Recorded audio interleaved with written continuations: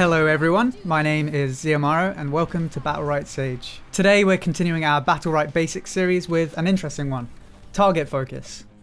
Oh boy, this one is surprisingly simple in theory, but in practice it's something that a lot of people struggle with. It's not just low rank people that do this, and it's not even just in Battlerite that you see this happen. So if you feel like your target focus is off, then don't feel bad about it. If you're aware that it needs work, then you're definitely on the right path, because we all need to work on this stuff and remind ourselves from time to time. So let's start by tackling the #1 fallacy when it comes to focusing targets. Focus the healer. This comes up so often.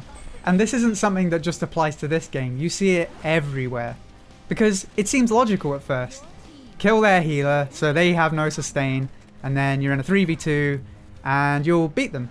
But in practice, you're now leaving their DPS completely uncontested. If their healer has good positioning and you dive them at the back, your healer has to push up to stay with you.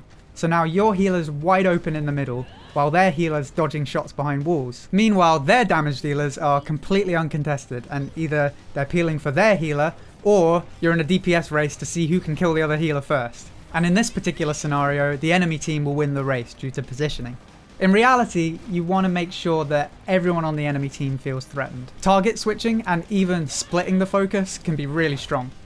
Let's give you an example.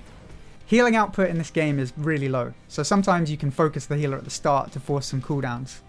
Let's say your Rukan pulls in the enemy Blossom, and you all do a bit of damage to her. So she uses her space to get back into a better position and then heals up. You could carry on chasing her, but that would mean using valuable abilities that you might need if the focus turns on you. So instead, what you could do is switch focus to Ashka. You do a bit of damage to him, and he feels under pressure, so he uses his space to get away. And that will force their Blossom to come back out and heal him. So instead of chasing the Ashka, you attack the Blossom again. But this time, she doesn't have her space to get away. So what you've done here is you've forced their Blossom to fall back and break line of sight with their team. And then by switching focus to one of our damage dealers, she has to make the choice. Do I stay in a safe position, or do I come back out to help my team? Now, of course, this is a very simplified example, and the Blossom going up there would be a misplay. But it's just to give you an example of the sort of things that can happen in a game. So who should you focus?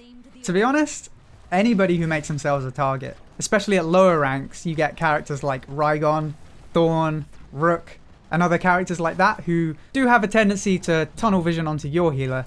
They play overly aggressive. A lot of them will jump in, they'll use all their defensive cooldowns, and then carry on tunneling the healer. And what you'll see a lot of the damage dealers doing on your side is kind of ignoring that. So what you need to think instead is, hey, this Raigon has no way to escape, his parry's down, so not only is he not going to get away anytime soon, but you can lay damage into him and know that he has no answer to it. So instead, when you see a melee use their gap closer to get in, instead of thinking, oh god, I'm going to die, think, hey, they got no way to escape. So fall back a bit if you need to. Presume they're going to use their defensive ability early, so wait that out and then go to town on them. You've now got 8 seconds where they can't do anything. Jade and Taya are two other characters that are really good to focus at the start. You've got to watch out for those snipey pokes at the start, but if she has a bit of focus on her, it's really difficult to get those snipes off in the first place. And with both Jade and Taya, they don't have too many reliable escapes until they have energy. So both of them are quite vulnerable for the first few seconds of a round. Plus, both of them have really high damage if you leave them uncontested, so you don't want to just leave them to do their own thing. Now, I'm not saying you should never focus the healer, because there are plenty of situations where you should focus them down. Just like with any damage dealer, an uncontested healer is a very dangerous thing too. You always want to be looking out for opportunities that present themselves. If you're too busy tunneling one person, you may not notice the Raigon use his parry or the Jade use her space ability to get away from something else. If you see someone waste their defensive abilities and they're in a bad position, they are the #1 target for the next few seconds. Doing this is called punishing, and I'm going to do a separate guide on this because honestly I think it deserves its own video. So to sum things up, never go into a game with a cemented plan of who you're going to focus before you even see how they play. Poke a little bit at the start and see if someone plays too aggressively. If they do, then you'll know to watch for them doing that. Truthfully, if only one enemy is in range and no one else is, focus them. If someone is healing or damage dealing uncontested, pressure them. And most importantly, if someone wastes their defensive cooldowns, then you should punish them.